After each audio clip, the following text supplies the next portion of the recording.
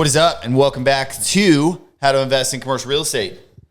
What's going on? Best podcast in Jinx, Oklahoma by Far.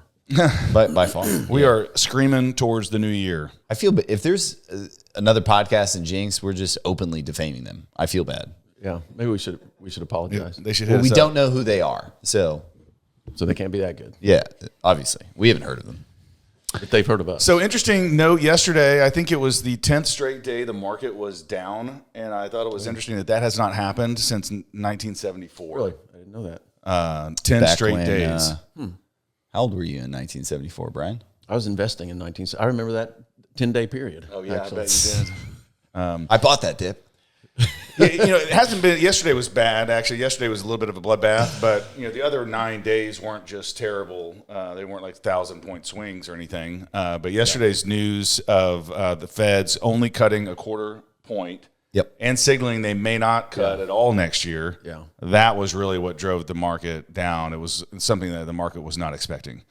Yeah, I think generally the market has been pricing in these decreases a little bit before, and the market, I mean, S&P has been ticking up every day almost all year. So it's been amazing to see how generally like shitty everyone thinks the economy is, but yet the market is doing freaking fantastic. So to see a day or a week like we've had is not like completely out of whack. It is so interesting, and I'm not political. I'm kind of a centrist, but depending on what side of the political aisle you're on, the economy has been terrible this whole year. Well, no, unemployment's been really low, and the stock market's been hitting all-time highs. Yeah. But it was terrible in 2024, and then everybody's going to start admitting to themselves, yeah, this is an awesome economy in 25, depending on if your candidate won or not. But really, you've got to look at the data, you've got to look at the fundamentals, and what metrics are you using to decide if the economy is good and if it's strong. It can't just be, what your political party says it is at the given time. I just turn on the clicker for the TV, and whatever they tell me, I listen. Yeah, that's right. That's right. As most people.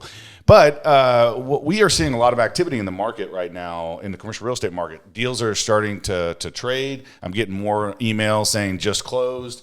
And I think that's a little bit of a combination of factors. But one of them I feel like is that sellers are really starting to come to their senses with cap rates, and we're seeing more and more higher cap rate deals getting done. And before, when the interest rates moved so fast, it took everybody a long time to adjust. But now we're seeing everybody kind of settle in and like, okay, this is the normal. We're not going to wait for rates to come down a lot. We're not going to wait for cap rates to go up too much more. We're all settled in, and we're starting to do deals. Yeah, and I think a big statement that they made is that they're not massively decreasing through 27, and that long-term projected stability from them, it at least allows you to pencil out a few years for development. I mean, most development takes a few years between planning, permitting, building. By the time you deliver it, it's a 3-year deal that you need to plan on an interest rate, so to speak. So that's really important. Anyway, we have our partner on, Andy. Andy runs our Fort Worth office. He's been on the show many times. Thanks for coming on, bro. You just got back from ICSC New York. Yeah, no, it was a great show. It was nice to be up in New York around Christmas time. So, nice to talk to everyone in the industry and kind of see what everyone's thinking is going to happen in 25 and see where everyone's sentiment is going into the new year. Well, give us the AI summary report. Retail's hot. A lot of people are finally coming off the sidelines to invest in retail. A lot of new funds have been raised. A lot of opportunistic funds were raised that never really put out cash because there wasn't that much distress. I think RCG just finished raising their 8th fund and is about to go on another shopping spree of big box centers.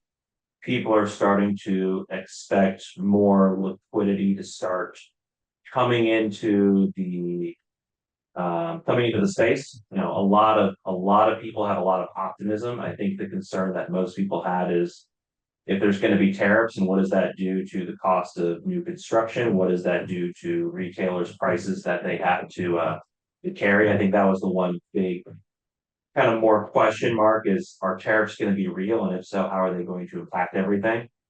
There's been a lot of money coming to the space, and it'll be interesting. There's a lot of people that haven't operated retail for 5-10 years that want to get back into the space given the low occupancy. given the high rent increases and the fact that you can buy this a lot better than multifamily. So I think there'll be a lot more money flowing to the space. The thought process is that you'll probably start to see cap rates begin to compress Q2, Q3 next year as more money comes into it. Sellers are finally willing to start selling because they see that they might get a bidding war. There might be a lot more money coming in. So a lot of optimism, a lot more. They think that they can see what 25 looks like, a lot more knowing what rates are going to be. The question is just going to be how much liquidity is there truly? And, what is federal policy going to be for tariffs, which will affect new construction, costs of new rents for these new strip centers, and how can how can some retailers survive if there is massive tariffs that come in? Yeah. Yeah, a couple questions that come to mind. A little comment on tariffs. I'm not an expert at all, but I don't see this massive across the board tariffs that were talked about pre-election. I don't see those getting implemented. Maybe it was a campaign rhetoric to get people excited that you're tough on other countries, but it just isn't that practical, and it's a tax that American people will have to pay because costs of goods will go up. So that's my take on that. I did want to ask, any new retailers that surprised you with expansion plans for 2025 there that you hadn't heard of or didn't know they were doing so much? Now, this show isn't as heavy on retailers as I would say Vegas is, but you probably had about 60, 70 retailers that were lined up there looking for new stores. Like even Advanced Auto Parts, we hear about closing stores, was there looking for new stores to open or right size in certain places. You've had, I'd say, more discount tenants, laundromats, mailing facilities. A lot of your 2,000 to 4,000 square foot neighborhood tenants were there looking for fixes. Nice. So Andy, you mentioned Vegas. So that was, say, 9 months ago. The general feel of activity, was there a difference just in that period of time, or did you feel like there's more activity that's coming down the pike, or what do you think? A lot more optimism, a lot more people wanting to get deals. All the brokers I met with, hey, I've got these 4 deals that we're probably going to launch in Q1 or Q2, and these guys are real sellers. And take a look at these deals that I've got coming. I think this fits your criteria. And really, the benefit of New York, it's more of a show geared towards investment sales and landlords versus Vegas, which has a lot of leasing. So you have all these brokers from around the country that are, given what we purchased this year in Houston and Florissant, take us as real legit buyers, even being a younger company, that they're showing us deals that, hey, I'll give you first look at this, or if you guys are interested, we'll show you this before we take it to market. And we're just going to start seeing a lot more deal flow of good quality product before it gets put on the market, just because our name and our reputation's kind of grown this year from what we've been able to do and what many consider to be a pretty down market. Yeah, I don't know how you three feel, but I felt like people were still cautious 9 months ago when we were in Vegas, right? And since that time, we've done a lot more deals. We're seeing a lot more activity. I think 2025 is going to have a lot more activity than 2024, is my opinion. Yeah, I think it was so volatile. Everyone kind of pulls back and goes on the sidelines and watches and waits. Yep. And like Joel said, depending on how you're looking at the economy and the perspective, what you're worried about, you may want to see how those things pan out before you invest a ton of money. So I feel it. I don't have a ton of hard data, but I see a ton of new, good-looking real estate that's accurately priced. Mm-hmm. Versus the past 6-7 months, it's been wrong price shit that's been on there all year, right? It's like they're going out with like 7.5, 8 cap, and you call them and it's like, yeah, it may close at a 10, and it doesn't pencil. Yeah. So now people are, I feel like generally people are right sizing the price a little bit. They're pricing it to sell. They're real. The market has generally stabilized. People are realistic and know that, going in. I mean, what's debt now? 7 something? Sixes. the 10-year, the 5-year, they're up like half a point in the last couple weeks. So, and that's a big thing for those last minute the closings, at year end. Mm-hmm. Like that's a 40 bips. That's a big jump. Yeah, man. if you didn't have your rate locked and you've been under contract last month, you've lost some return right there. I also see other buyers, other competition, where we've typically had the run of the mill. We're negotiating a dozen offers at a time, not negotiating at all. Just no, I like my price. Nobody else is bidding. We've recently got involved in a couple of really nice centers, and there's best and finals. We haven't really done a best and final in a year. Haven't even heard of that. Mm-hmm. I saw a deal unpriced. I mean, it was a decent looking Kroger deal outside of Atlanta, but even just unpriced. That you haven't seen that in retail in a very long time, where there's enough buyers out there to where the market tell you what it is. Exactly. Yeah. Exactly. So. I think from that perspective, it's encouraging. I know we're still offering and looking at a ton of deals. I see deals that make more sense now than they did 7 months ago. Just, again, a little more stable, less volatility, less, our interest rates just going to keep plummeting. I think people are underwriting this as like, okay, these are here to stay. We need to figure out a way to live with this. And in my opinion, retail occupancy is so high and rents are so low. And supply has been so slow. Like nobody's building new retail centers. It's very hard. Rents are very expensive. The brand new stuff we're building in Owasso, we're getting like $40 per square foot retail rents at any sort of second or third generation retail center that you would see around town. That's 80s, 90s, early 2000s. Rents maybe $16, $20 a foot. So it's like double for new construction, and there's not a lot of vacancies in the submarkets where people can go. And we're looking at OMs, and I'm seeing like $10 per square foot, $12 per square foot, $11 per square foot, $6 per square foot.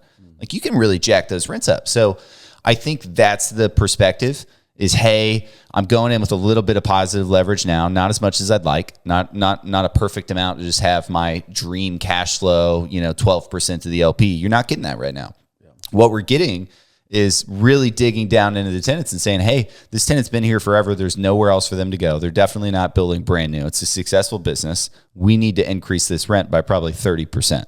And we're having those conversations across the board and aggressively growing the NOI practically, not just putting a percentage on it saying, yeah, we're going to get 12% rent growth across the board. That's insane. It kind of needs to make sense. But when you drill down tenant by tenant, a lot of these tenants are really under market. Mm-hmm.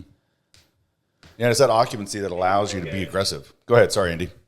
I mean, I think if you look at it too, cap rates are high right now, but if there's so much money starting to flood back into retail, are we going to see cap rates start to come back down Q3, Q4 because you've got so much money chasing the same product, and liquidity will be the driver of cap rate compression, I think maybe a little bit more than interest rates. So I think for us right now, trying to finalize stuff that we're supposed to close this year that's getting pushed into next year and having a strong ability to buy Q1, Q2, I think puts us in the best position for our 5-10 year holds on what we own, because there's still going to be that higher cap rate out there before compression starts to happen with liquidity and maybe another Fed cut or two in the back half of 25. So it'll be interesting to see what happens, but I think where we positioned ourselves with what we bought in 24 and what we're under contract now, I think all those assets are going to be really, really good deals because we bought them when a lot of people weren't buying. Yeah, we made good buys. Yeah, and to Brady's point, trying to find value in the stuff we buy. Maybe we're buying at close to the same cap rates we did before, with more expensive debt. But you're seeing what we've been able to do with some of these existing centers in our rent rolls. I mean, take the example of the Amarillo deal. We took one tenant from $7.40 to $14 and another from 8 to 14. So we're seeing real rent growth that is more than you would just model a 10% growth, because we're actually understanding what these submarkets are. There's nowhere for tenants to go. And, we're not trying to screw these tenants out of being able to be successful. We're just trying to bring them up to what market is. And they've got a consumer base that's already there.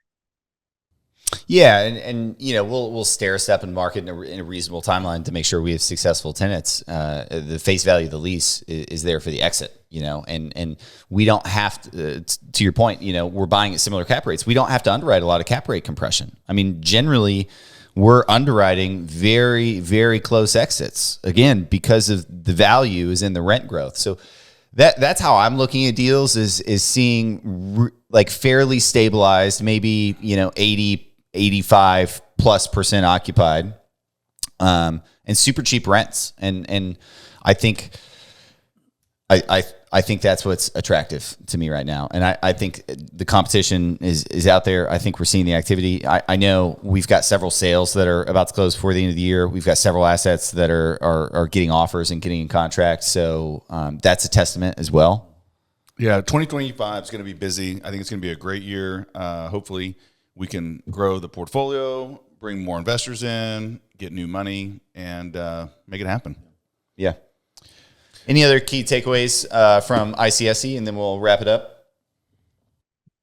I think that was it. It's a lot of optimism. There's a lot of energy. There's a lot of money flooding into retail that really hasn't been there for the past 5-7 years. And we went from being kind of the forgotten asset class to the shining diamond that everyone wants to invest in. So it's kind of interesting how these things churn over time. It went from everyone wants to be multifamily to now multifamily's got a lot of distress and people are trying to put their money into retail because you do have triple nets and good basis and less supply. So it's interesting. It's a lot of optimism. I think it makes everyone really excited for 25 and everyone wants to get deals done. Yeah. Good. Well, I appreciate you hopping on the show. Thanks, Andy. Everyone else, we will catch you probably after the holidays. So Merry Christmas. It'll be Happy New New Year Year before you see me again. So, and we will see you guys in 2025. Yeah. All right. Thanks.